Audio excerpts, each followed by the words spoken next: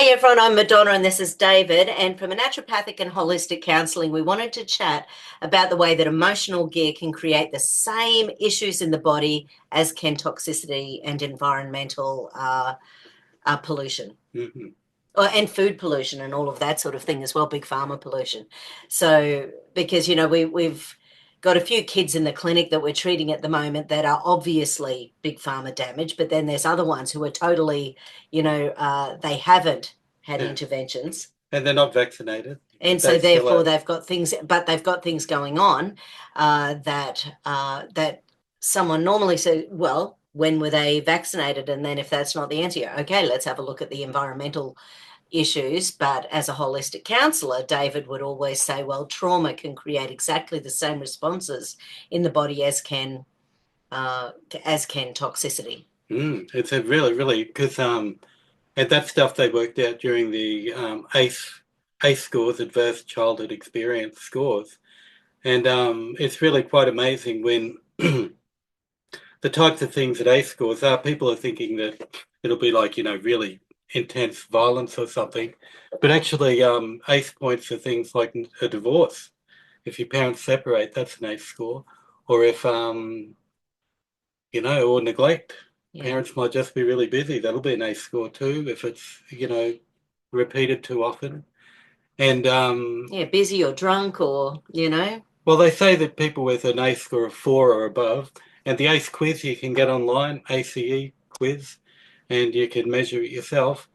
And the thing is, they found that people with an ACE level of 4 or more have a 20 years left life expectancy. So when you're filling out that ACE score, you're working out what was happening between your 0 to 18 years old. 0 to 18. Yeah. And they've updated it since, but still, if you go off the old one, which is the one available, it just gives you a kind of ballpark figure to work out. And then you can look up lots of stuff about it, like they'll tell you how many, if you look it up, you can find out what percentage of people have higher or lower scores. And so I think people with a ACE score of 4 above are like between 12 and 18% of people, which is, nearly 20%. Yeah, and so it's a bit like, and then we have things like often, like my counseling supervisor said that if kids have got ADHD, you should do a differential diagnosis and look at the generational, or not only this generational traumatic things, but also things come over from the previous generations. Yeah. Like it's a funny thing, that generational trauma. Yeah. And the problem with that is the parents mightn't even see it because they grew up around it. Yeah, that's right. And it's just normal for them. So one of the things that I talk about with in my kinesiology is the survival patterns. And we know from studies with rat or mice or beagles. Did you see that Trump stopped the beagles? Horrific studies they've been doing on beagles for 30 years. Anyway, so another little thingamajig he did this morning. So basically what they found was that because rats and mice have got a short shelf life, you can basically do something to the first generation of mouse or rat and then see what happens over generations. And they found that if someone's traumatized in the little rat or mice world, then, it can affect them for up to 7 generations. Right. And you can imagine if your survival pattern, which is in the rear of your brain, what happens is if it's up and running and it's got you in the fight, flight, freeze, fawn sort of space, then it means that your gut isn't working as well. Because if your body's in survival, it thinks you're going to die. It thinks you're about to be killed. It thinks you need to survive. So therefore, detoxification isn't important. Immune system isn't important. So all sorts of things can shut down because of the physiology of what happens when we're in fight and flight and freeze and fawn. Which is stress, ultimately. Stress. Different types of stress. Absolutely.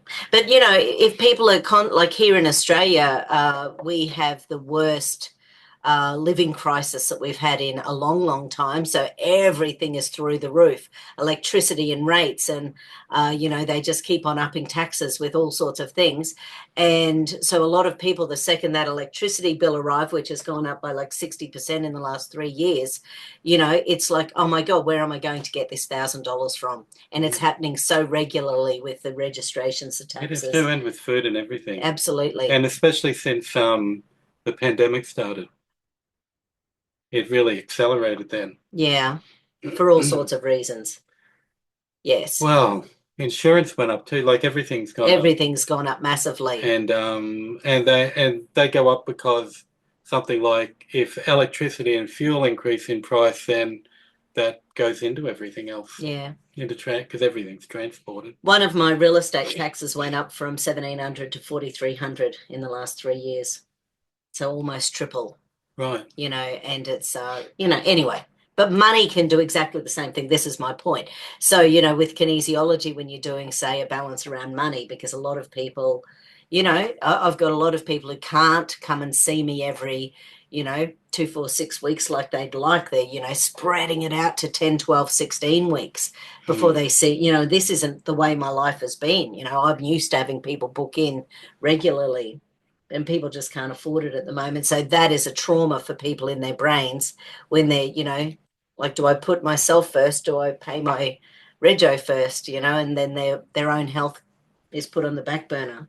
Well, we got a taste of it during COVID. So from a counselling point of view, they found that all types of ACE scores went up during COVID because people couldn't get their normal time to themselves and they were all locked up together. So things like domestic violence went up, divorce rate went up. So all the ACE scores went up a bit. Yeah, right. And so now if we're heading into a recession, it's another causal factor that causes distress. And when the individuals are distressed, that goes into all their relationships. Yeah. And makes them harder. Yeah, absolutely. And I think this is where resilience, you know, we've chatted about resilience a lot. I was reading this morning that they've done a study with kids because very few kids read old-fashioned books anymore.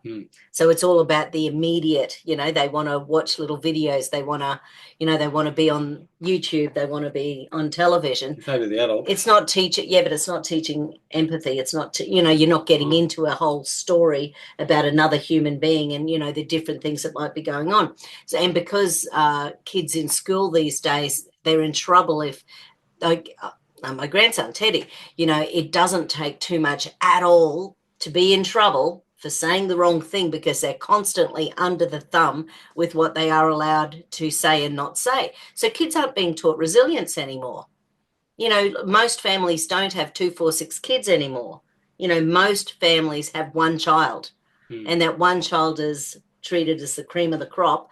That and they're not learning resilience. And I think that lack of resilience means there's also going to be a lack of empathy and sympathy because they're treated as if they're the best little human being in the world. Now, Teddy is, so, you know, I totally get it. Yeah, they're correct. But you know what I'm saying? You know, that whole resilience thing is disappearing. Empathy is on the decline. There's studies that show that. It's declining, and secure attachment, which is the basis of family security, is also in decline. Yeah. And again, I was listening to Dr. Phil and Robert F. Kennedy Jr. and Dr. Phil again made that comment. I know you've chatted about it lots, that 2 to 4 year olds, their IQs went down about 20 points over COVID because it was 3 years, you know, of a lack of communication, connection, being able to see people's faces. So you're not, you know, reading into all of the other things that are going on. Because as we know, and you said it when you arrived this morning, you know, 60% of parenting is, you know, body language. And, you know, so when kids are little. Well, communication. That communication of body language is hugely important. Non-verbal communication. Yeah. Because they quoted the body language thing, what is it, 93% of communications body language. That's not really true.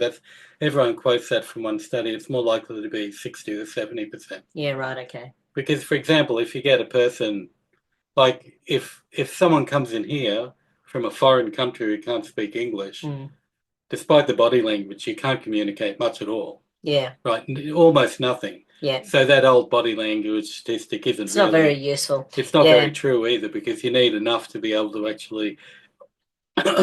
Yeah, I had a guy in, he's an old Italian man. He was in about 3, 4 months ago. He'd been injured by, you know, something. Anyway, he and his friend who brought him in was saying, and they were trying to get across all the things I needed to put him in the computer. One of the things I was trying to do his bioresonance was his birthday, and he's trying to say it, and his friend was trying to understand it. And I kept hearing Augusto, And I said, oh, Augusto, August. And he said, oh, does she speak Italian? I said, no, I've got like 5 words. Yeah. That was as useful as I got. Right. Well, you've been in Italy, so. Yeah. Yes, so there's maybe 10 words there, but not very many. Yeah. But yeah, so that's interesting. I didn't know they'd actually looked at the ACE study during COVID. Oh, the studies that came out, so 3 months after the lockdown started, the studies came out and predicted what had happened. Right. And it did happen just the way it was predicted. Because it's really predictable what the effect of that will happen. So the people who made the decisions, they knew in advance that it would happen like that. Because I'm just in Queensland, and all the academics I knew were talking about it and sharing all this information. So it was very common knowledge amongst people who understand child and family therapy what would happen. But not just children. They know if you lock down a population and there's lack of work, people who don't work long term are more likely to commit suicide because they don't have something to do in their day. People need a reason for living. People need to be, Well, they look at the kids because the kids are most vulnerable to that. Right. Like, for example, I believe that what they found in the ACE scores, that all these different types of stresses can produce, like ACE score over 4, 20 years less life expectancy. That's quite significant. Yeah. And then when you look at all sorts of bodily diseases, whether it be heart disease, whether it be addiction, whether it be lung disease, the likelihood of getting bad outcomes with that become 4 times, 6 times, 12 times from higher ACE scores. Right. So we know this in society, and this is in the last 30 years of research. Yeah. And so there's a bit of a problem at the moment that everyone's getting angry at their parents who didn't really know about this. And right. Okay. So there might be a bit of a backlog for years. And also, I don't know if families have learned how to do that yet. Yeah. Like, I don't think it's disseminated into, like, people generally just do it like their parents did it, which is, I don't know what I think. Yeah. Well, it's going to be one of these times moving forward, because I know certainly in the States, and I think here in Australia, the kids aren't going to live as long as our generation is. So they fact now. Oh, absolutely. It was about 10 years ago. It was well before COVID, but COVID's accelerated it. So with the people who have had the boosters, one study came out that was really quite large, and it said that on average they're expecting a 36% lower lifespan for people who have had boosters or more. And of course that's across the board. So obviously, where's my hands? Yeah, so obviously when you've got kids who are being injured and and then they get chronic disease like the myocarditis, the pericarditis, whether they're getting turbo cancers, all sorts of things. So you can imagine a child might lose 70 years of their life. A parent might, an adult or a grandparent might only lose 20 years of their life. But, across the board, that's what the study came out. Steve Kirsch looked at 1 million. Anyway, so that's pretty shit. But this is why I don't think digging your head in the sand with this sort of thing's a good idea, because we've got to know our symptoms, know our bodies when we know it, and then do what we can to help things along. And I think that lack of resilience, because people don't want to hear the news because it's like, oh, I had 3 jabs, I'm going to die. But you go, no, well, don't. Do something about it. Most people are just too busy in general. Like, people don't think of much. Do you know what I mean? Like, a lot of people are well informed about some things and that. But the deeper intellectual things, like the ACE scores, for instance, that might take a long time for that to disseminate into the whole of society. Right. Even though the counsellors know about it. Yeah. It's like most people really just do it the way that, like, you look at it, because we know enough people around us, and most people are doing things out of survival, really.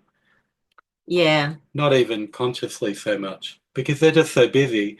When you've got a family, it's so busy just working, both people working, looking after the kids, getting them into football. It's like, that's already a lot. Yeah. Yeah, so I've got someone who sort of has given me a couple of books to read, and every time he sees me, he goes, "You must have some time to read these books." And I honestly, by the time I finish my day, and I get out of here, all I want to do is put my feet up because I've been on my feet all day doing my kinesi and stuff. It's hard work. Mm. Well, I just listen to podcasts and things, but isn't it interesting that even though these generations we really know more, but the health situation is not necessarily improving. Yeah. And again, this is why I love the fact that Bobby Kennedy's doing things like, did you know until 2 weeks ago that there were petroleum products that were colorings in foods? I didn't know they used petroleum products as a way of creating colorings. I had no idea. Anyway, one company, 13 days after his announcement with that one company in America, has said by the end of May it'll be gone. So they've been reformulating in the background. So again, hopefully there'll be a nice little flow-on effect with that sort of thing. Well, they're always trying to make something out of the oil. Yeah. Because it not only makes the fuels, but it makes the oils, it makes so many healthcare products. Healthcare. Yeah. Healthcare. You mean disease care. Vaseline's the one, it's like I always think petroleum jelly. I Yeah, remember right. as a kid it had petroleum jelly. It was like petroleum jelly. Have you seen the movie Shallow Hal? No. There's a bit where, because basically something happens and he's trying not to see someone coming in through the door. It's Gwyneth Paltrow, except she's massive because of the way the movie works. Anyway, so he grabs some Vaseline, whacks it across his eye, so there's like an inch of Vaseline on his eyes so that he could only see like a vague. Anyway, just funny. It's my funniest Vaseline thing in any movie that I love. Because the other thing is all of the plastics, which leaching Forever chemicals. Forever chemicals that are leaching all sorts of things into our system. Yeah. Come from petroleum. And they come from oil-based products. And at the moment, it was one of the things that the US are one of the only suppliers of it. This stuff that you make plastic out of, and it was causing, because there's the trade tariffs on China. Oh yeah. But China uses massive amounts of this, and the US is one of the only one who refines it from the oil product. Right. And so there's some exemption going on there, so that the plastic can continue. Because not only products like healthcare products, but also everything they're packaged in is made from petroleum products. Yeah. All the plastic. Nuts. Yeah. And in the hospital, all of the tubes, they're all made of petroleum products. Yeah, and they've got phthalates and forever chemicals and all sorts of things in there. But in one sense, you can see what a revolutionary, miraculous thing it was when they discovered it. Yes, but they've known for over 100 years when it's injected into humans, it makes us crazy and it's not good for us. Yeah, but they take a long time to catch on. No, they don't. They know this stuff and don't admit it for a long time. On average, and this is a fact, on average, once they know something's toxic, it takes 50 years to get it out of circulation. Yeah, but so... Because there's so much money behind everything. And that's typical. Like one example is there was bubonic plague outbreak in the US in San Francisco in, around 1900. Right. And at that time, it came out in the Chinese community, but there was a racist thing, so they just blamed the Chinese community and they hid the white people. Was it a China virus? No, but they hid the white people deaths. And, the guy who came to look at it, he was persecuted. And eventually they came across a study where they worked out the rat thing. But that was only worked out that the rats it was the fleas that were carrying the bubonic plague. They only worked out that in the late 1900s. So when this bubonic plague broke out, it was like this fresh new research. Like it's only 100 and something years old that they worked that out. And so they were able to work out that the reason it didn't spread really is because the type of fleas that were there were different from the type of fleas that were overseas. Or the people who knew it were silenced. No, but they were silenced originally. The guy who actually started, he was run out of town by the business people. And it wasn't until the federal government came and they appointed a new guy who had some social skills that it actually got sorted out. Because it was a big problem. Well, it depends whether or not they want to sort things out or not. A lot of things governments don't want to sort out. But, So but, they, but there's that's no the, money in it. There but has that's to be money in it. but that's exactly what happened. I'm agreeing with you. And it did. It took like 20 years for it to actually resolve because of the lack of will by the business community who Yeah. hated it because it was like they didn't want to be the whole city to be quarantined. Yeah. And they eventually did it house by house quarantine instead of mass quarantine. And funnily, it got resolved. Yeah. Which was ironically, if they had have done that with the COVID, it would have got much better outcomes too. But the same thing happened that happened back then, where they just shut everyone down and everyone got upset. Yeah. Well, we know, well, you know, like here in Australia, Dan Andrews, you know, finally got found out in court that he locked down people. He had the longest lockdown in the world for anyone. I think Peru was a close second, but Dan Andrews in Victoria. And before our election here, it came out, front page news everywhere saying that he had used no science to lock down people, and Labor still got in again. So people don't even care that their government locked them down. They lost jobs, they lost houses, they were forced to do things they didn't want to do. Well, the science for that comes out of psychology, and they're well aware of the terrible effect that it had on everybody before it happened. Yeah. Anyway, so so mental stress, so trauma can cause exactly the same thing as environmental stress. And, you know, just here in my okay. Yeah, so just here in my clinic just recently, I've got two kids, both nonverbal autistic. One's fully jabbed, one only ever had one jab, got damaged, and no more ever since. So, but really interesting. And the one that's only had the one jab, he's unraveling really nicely in a good way. You know, we're sort of, you know, things are improving with his verbalism and all sorts of stuff like that. So it's really nice to see some improvements. But yes, once the genes have been, so of course we've got like 23,000 genes and they all do different things in the body. And environmental toxins can come and flip genes so that instead of being pro-detox or anti-inflammatory, they can be the opposite. Right. And stress has the same effect. Stress has the same effect. So even effect. though they've worked out with child the ACE studies, when you look up anything about cancer or heart health or diabetes, you see stress as one of the major factors in contributing to getting worse and not improving. Yeah. And so if there's an increase in stress, and I don't know if that's related to resilience, whether people are stressed or not. I think it is. Yeah. Because kids don't have siblings anymore. And because they don't have siblings, you don't get the whole tussle and, you know, like it's all about learning where you are in your little pecking order and working out how that fits in with society. This has been normal for millennia for kids to work this stuff out. And now because we've got so many, you know, dog parents with no children and dog parents, you know, they've just got their fur babies. You know, so again, there's no resilience there. They're not having communication with little human beings. They're not building empathy, having to love someone from this big, you know, until they're grown up. They're missing out on the ability they're not choosing to have kids because, I don't know, there's an argument that says if you become a parent, you become a better person by that parenting action, and I don't see that as true. I see a lot of people using it as an excuse to exploit. You know what I mean? Because the kid becomes the reason to be even more aggressive in some cases. And they use the kid as a tool to manipulate their situation to get more out of a divorce or something. You know, but I wonder actually if people have, because the generations down, they're not having kids, and the younger people aren't even getting into relationships. Yeah, and I think that's why the governments around the world, I think, are so screwed, because there's no one with any skin in the game. They've got no skin in the game. If you're not having children, you're not having grandchildren, you honestly don't care what's going to happen with the environment in 30, 50, 100 years.